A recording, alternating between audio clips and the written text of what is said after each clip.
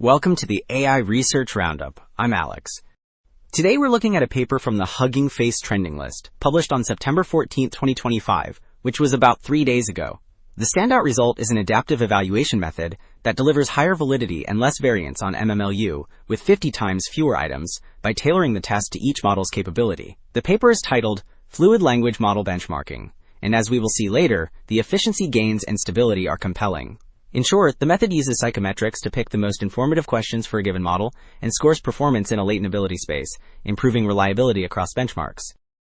On X, posts highlight capability adaptive evaluation that tailors questions to each model, inspired by psychometrics, promising higher validity, lower variance, and reduced cost, with small but positive engagement around 40 to 50 likes. Alright, the previous segment set the stage with the crisis in static evaluations. Figure 1 illustrates the full idea.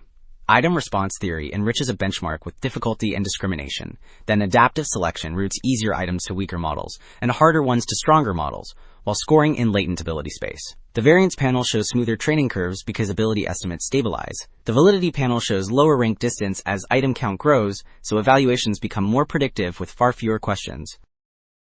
Alright, the previous figure summarized the adaptive pipeline. Figure 2 shows why adaptation matters. The heat map concentrates along a diagonal that shifts from easy items to hard items as training progresses, which means the most informative questions track the model's ability. The lower line rises linearly, so ability grows steadily while the upper panel's bright band moves upward. This pattern motivates selecting items by Fisher information because it targets where uncertainty drops fastest. So the previous figure highlighted why adaptation concentrates information. Table 1 presents the head-to-head comparison against popular baselines across validity, variance, and saturation at different item budgets. The adaptive method halves rank distance versus anchor points and stays ahead of tiny benchmarks and meta-bench, which means stronger predictiveness with far fewer questions. Variance drops sharply, for example from about 30 to near 11, so training curves stabilize. Saturation improves too, with rank correlation rising from roughly 0.5 to above 0.7 and up to 0.97 at larger sets. While the previous table compared against external baselines, Table 2 focuses on ablations, and it shows how each component contributes. Dynamic selection plus ability scoring yields the best numbers. Validity improves most from the ability score, since random IRT beats random, while dynamic selection trims the gap further to reach 10.1, down to 8.3 rank distance as items grow. Variance drops sharply with selection, reaching 6.5 and 4.9 total variation.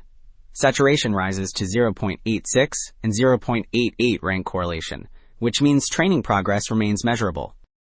Okay, the previous table quantified ablations. Figure 8 contrasts variance and saturation for random versus the adaptive method across datasets, item budgets, and models. The left panel plots total variation, where points below the diagonal mean lower variance, which indicates smoother training curves. The right panel plots monotonicity, where points above the diagonal mean better saturation behavior, because progress remains measurable as pre-training improves. Most points favor the adaptive approach, and the inset on the left highlights dense clusters well below the line.